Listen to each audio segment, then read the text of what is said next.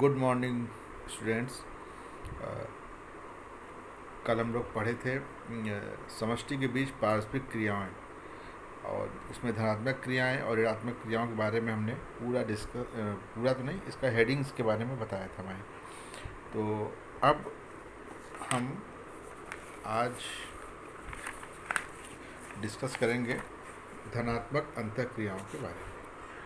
धनात्मक अंतःक्रियाएं, तो धनात्मक अंतःक्रियाओं के बारे में हम डिस्कस करें तो ये धनात्मक अंतःक्रियाएं हैं। इस प्रकार की अंतःक्रियाओं में दोनों सहयोगी, या तो कोई एक लाभान्वित होता है परंतु हानि किसी को भी नहीं होती, नहीं दोनों सहयोगी हों लाभान्वित या कोई एक सहयोगी लाभान्वित हो, लेकिन हानि किसी की नहीं होती है। इसे सहजीविता या सहजीवन कहा जाता है यहाँ पर। तो सहजीविता या सहजीवन धनात्मक अंतःक्रियाओं का पहला प्रकार है, और ये बहुत ही विस्तृत प्रक्रिया है। इसमें देखा जाए तो विकल्पी सहजीवन या असहजीवन सहोपकारिता, विकल्पी सहजीवन या असहजीवी सहोपकारिता, यानी फैकल्टेटिव सिम्बियोसिस और नॉन सिम्बियोटिक म्यूचुअलिज्म, यानी इसके अंतर्गत पाए जाने वाले जीव सहजीवन के रूप में रह सकता है और स्वतंत्र रूप में भी हो सकता है, यानी एक दूसरे से सहजीवन के रूप में रह सकता है लाभ पहुंचाते हुए, या फिर स्वतंत्र अवस्था में भी रह सकता है, जैसे नीली हरी शैवाल, ब्लू ग्रीन एल्गी। इसके उदाहरण है ब्लू ग्रीन एल्गी के नॉस्टक, एनाबिना और साइकस के प्रवालाभ जड़ें, यानी कोरोलाइड रूट्स ऑफ साइकस। दूसरा है अविकल्पी सहजीवी, ऑब्लिगेट सिम्बियोसिस। ऑब्लिगेट का मतलब बताया है हमने, इसके बाद कोई विकल्प नहीं होता। सहजीवन के रहने के सिवा कोई विकल्प नहीं है, ये रहेगा तो केवल सहजीवन की ही भांति रहेगा। इसके अंतर्गत दोनों जीव को एक साथ रहना आवश्यक होता है, क्योंकि जीवित रहने के लिए इनके पास कोई दूसरा विकल्प नहीं है। लाइकेन है, लाइकेन में क्या है, शैवाल है और कवक है, दोनों एक साथ मिल करके सहजीवन बनाते हैं। तो लाइकेन में शैवाल क्या है, शैवाल से भोजन प्राप्त होता है क्योंकि वह स्वपोषी है, ऑटोट्रॉफिक प्लांट है, उससे प्रकाश संश्लेषण क्रिया होता है और वो भोजन बनाता है।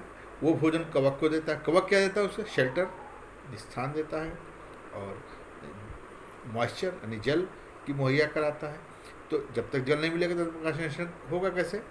तो इस तरह से दोनों को लाभ एक दूसरे से मिलता है और दोनों का काम चलता है। तो इसलिए ऑब्लिगेट सिम्बियोसिस अविकल्पी सहजीवन का एक उदाहरण है। एक सहजीवी अपने पोषक को तीन तरह से प्रभावित कर सकता है।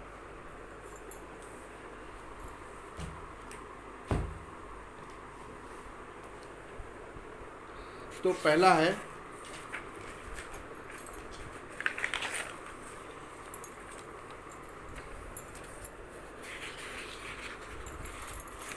सहोपकारिता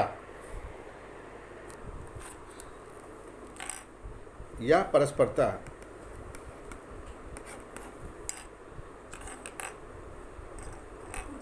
या म्यूचुअलिज्म। सहोपकारिता या परोपकारिता, म्यूचुअलिज्म। यहाँ पर देखिए, सहोपकारिता के अंतर्गत जीव जंतु एवं पेड़ पौधे आपसी साझेदारी में से एक दूसरे के साथ मिलकर के रहते हैं। वे एक दूसरे के साथ भोजन और दूसरी आवश्यक वस्तुओं का आदान प्रदान करते हैं। इसमें प्रत्येक जाति का लाभ होता है। ये दो प्रकार का होता है। अविकल्पी सहोपकारिता, यहाँ देखिए, अविकल्पी सहोपकारिता यानी सहजीवन के अंतर्गत ये सब आएगा। अविकल्पी सहोपकारिता, ऑब्लिगेट और सिम्बियोटिक म्यूचुअलिज्म। इसमें क्या होता है, इसमें एक जीव दूसरे जीव को जटिल कार्बनिक भोज्य पदार्थ प्रदान करता है जिसे दूसरे जीव के द्वारा सरल रूप से परिवर्तित किया जाता है और अर्धपचित भोजन के रूप में पहले जीव को पचाने के लिए वापस कर दिया जाता है। जब मनुष्य के आंत में पाए जाने वाला जो बैक्टीरिया है, क्या नाम है, सूक्ष्म वनस्पति जात भोजन, जो अपचे भोजन सेलुलोज का पाचन करके पोषक को विटामिन और फ्री एमिनो एसिड में प्रदान करता है। तो एक इसका एग्जाम्पल हो गया आपका अविकल्पी सहोपकारिता का। दूसरा है विकल्पी या असहजीवी सहोपकारिता का। तो इसमें क्या है कि यह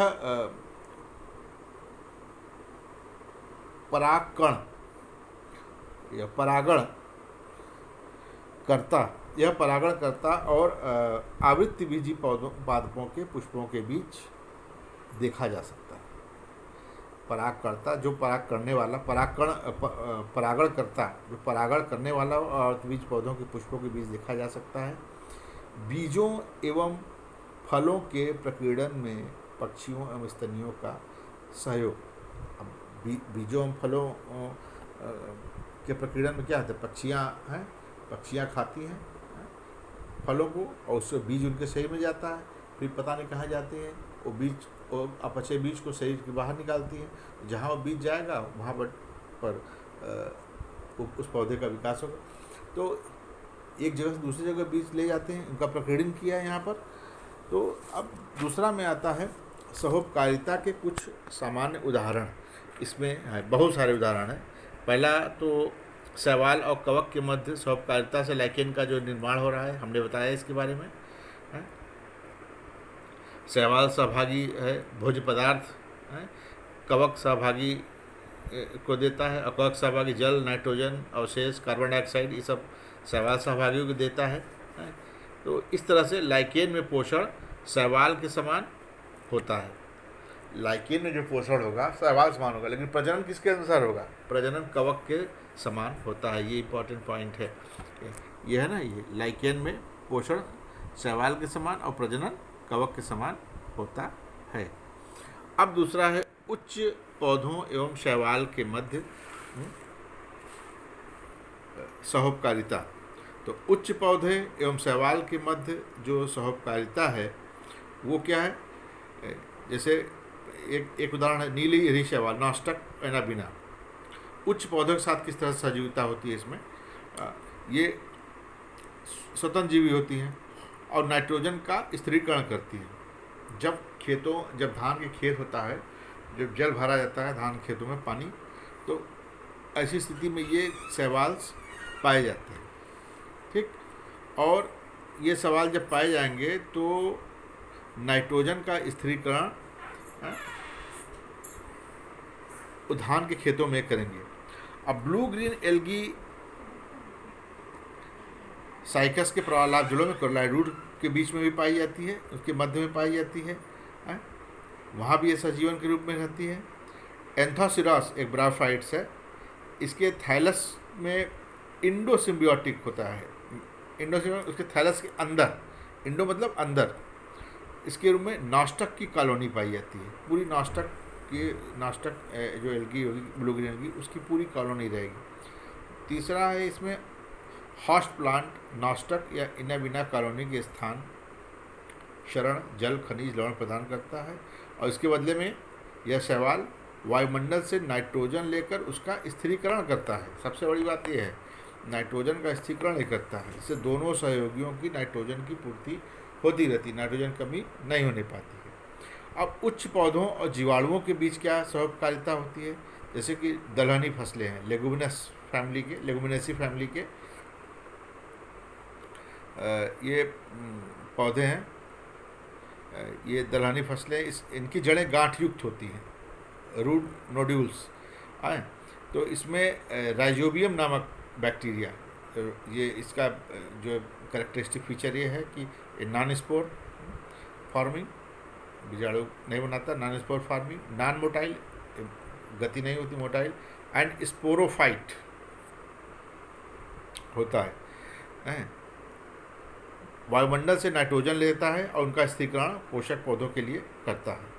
पोषक पौधे राइजोबियम को संरक्षण एवं भोजन प्रदान करते हैं। और जो दलहनी फसलें हैं तो उनको नाइट्रोजन बहुत जरूरी होती है। अच्छा, उनको तो जरूरी होती ही है, साथ ही साथ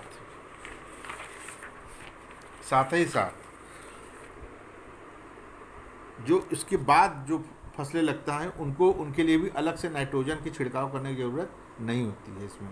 तो नाइट्रोजन फिक्सेशन को सिम्बियाटिक बैक्टीरिया, लेगुमिनस, कुल पौधों के अतिरिक्त अन्य पौधे, एलनस है, ये आपका केजुराइना है, इस सब में भी ये पाई जाती है। अब है कवक और उच्चतर पौधों के मध्य सौपकारिता। माइक्रोरिजल एसोसिएशन, कवक सहवास। उच्चतर पौधों की जड़ें कवक मूल से संबद्ध रहती है। ये कवक मूल पौधों की जड़ों की सतह पर, देखिए दो तरह की बात होती है। अगर पौधों के सतह पर अगर पाया जाता है कोई, तो एक्टोफाइटिक कहेंगे। पौधों के अंदर, शरीर के अंदर हो तो उसे इंडोफाइटिक। एक्टो मतलब ऊपरी, वाह, इंडो मतलब अंदर। तो पौधों के जड़ों की सतह पर है तो उसको एक्टोफाइटिक माइकोरिजा या कवक सहवास। माइकोरिजा मतलब कवक सहवास। कवक सहवास मतलब जो एक साथ उसके कवक, जिसके जो जड़ है, जो भी हो, उसके साथ वास करते हैं, तो उसे कवक सहवास कहते हैं। तो परंतु पौधों की जड़ों के अंदर इंडोफाइटिक माइकोरिजा होती है। कवक मूल या कवक जड़ें भूमि से नाइट्रोजन व फास्फोरस का अवशोषण कर पौधों को जड़ों तक पहुंचाती है। ये काम करती हैं इनके लिए, और इसके बदले में उनको भोजन मिलता है।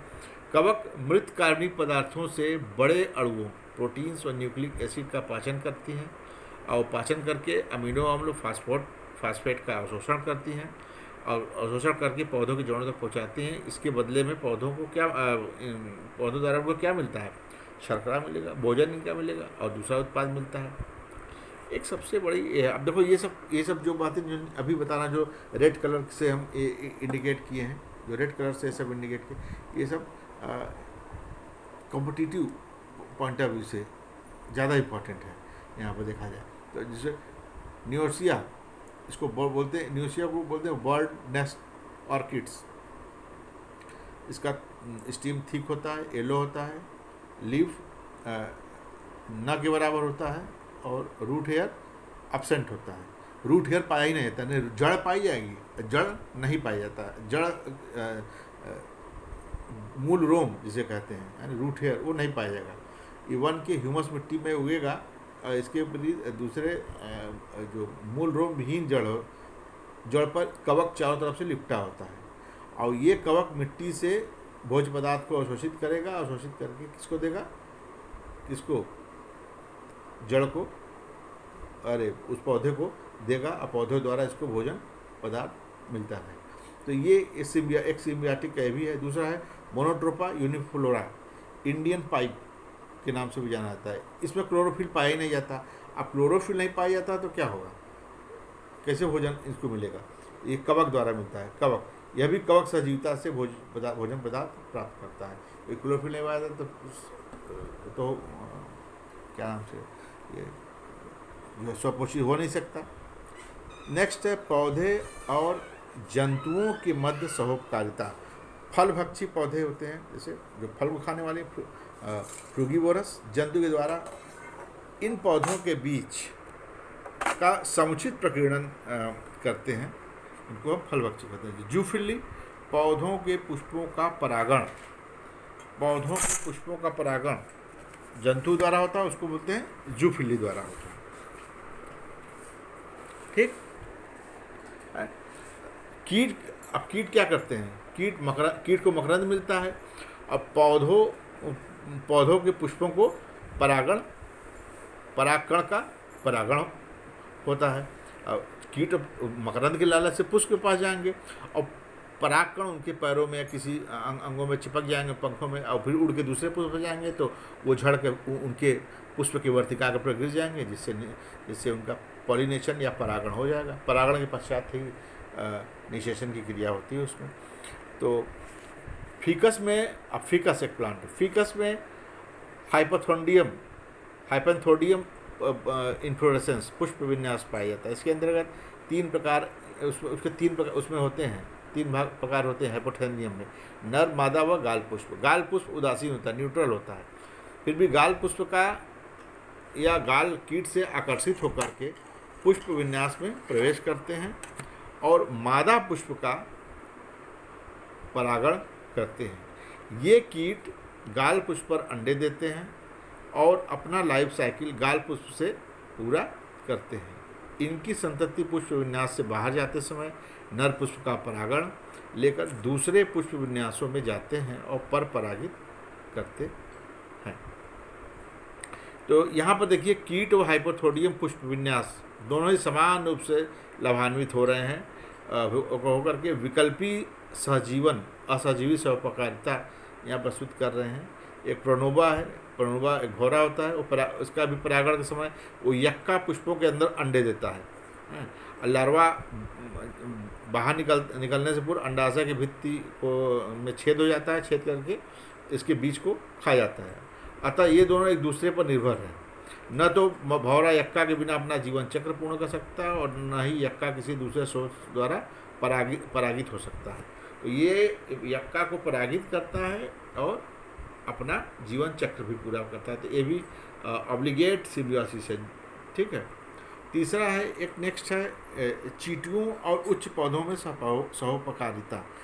इसमें एक दक्षिणी अमेरिकी बबूल है, अकेसिया स्पैरोसिफेला का चींटियों में से प्रेम चींटी परागिता बोलते हैं। ये पूछा जा सकता है चींटी परागिता क्या है? मिर्मिकोफिली, यानी ये चींटियाँ सदैव बबूल के खोखले जो उनका अनुपर्ण होता है उसी में पाई जाती हैं। पड़कों के शीर्ष से इन्हें भोज पदार्थ प्राप्त होता है, बेल्टियन बॉडीज बोलते हैं, और ये बबूल की रक्षा करती हैं। कोई डर में कटवे नहीं करेगा, चींटियाँ हैं इतनी, ये लग जाएंगी। तो ये है यहाँ पर, ठीक। तो इस तरह से यहाँ देखा जाए तो ये पिपलिका प्रकीर्णन में क्या है? ये बीजों का प्रकीर्णन चींटियों द्वारा होता है। जिनमें बीजों का प्रकीर्णन चींटियों द्वारा होता है उसे क्या बोलते हैं? मिर्मिकोकोरी पिपलिका प्रकीर्णन। ये पूछा जाता है। चींटी परागिता और किस किस पौधों में पाई थी? आम और लीची के पेड़ों में पाई थी, उसमें भी चींटियाँ ज़्यादा लगी रहती हैं। शैवालों और स्पंज या सिलेंट्रेट आदि के बीच भी सहोपकारिता होती है। कुछ स्पंजों और सिलेंट्रेट के शरीर में जूक्लोरेला सहजीवी के रूप में पाया जाता है। शैवाल के द्वारा उपयुक्त प्राणी को भोज्य पदार्थ एवं उसके बदले शैवाल को कार्बन डाइऑक्साइड, नाइट्रोजन पदार्थ या लवण आदि प्राप्त होता है। जैसे क्लोरेला वल्गैरिस हाइड्रा के साथ सहजीवी के रूप में काम करता है। जंतुओं के बीच जो सहोपकारिता होती है इसमें क्या होता है? दीमक और प्रोटोजोआ। तो दीमक लकड़ी में क्या है? सेलुलोज पाए, उसको खाती है, लेकिन सेलुलोज को पचा नहीं पाती। इसको पचाने के लिए एक प्रोटोजोआ है, उसका नाम है ट्राइकोनिम्फा। वो ट्राइकोनिम्फा उसके आहार नाल में रहता है, उसको सेलुलोज का पाचन करता है। इसके बदले में दीमक उसे शरण एवं भोज्य पदार्थ प्राप्त करता है। तो ये था आपका म्यूचुअलिज्म, इसके बारे में। आज के लिए बस इतना, और सहभोजिता या कमेंसलिज्म, इसके बारे में हम लोग नेक्स्ट टर्म को पढ़ेंगे। Thank you very much.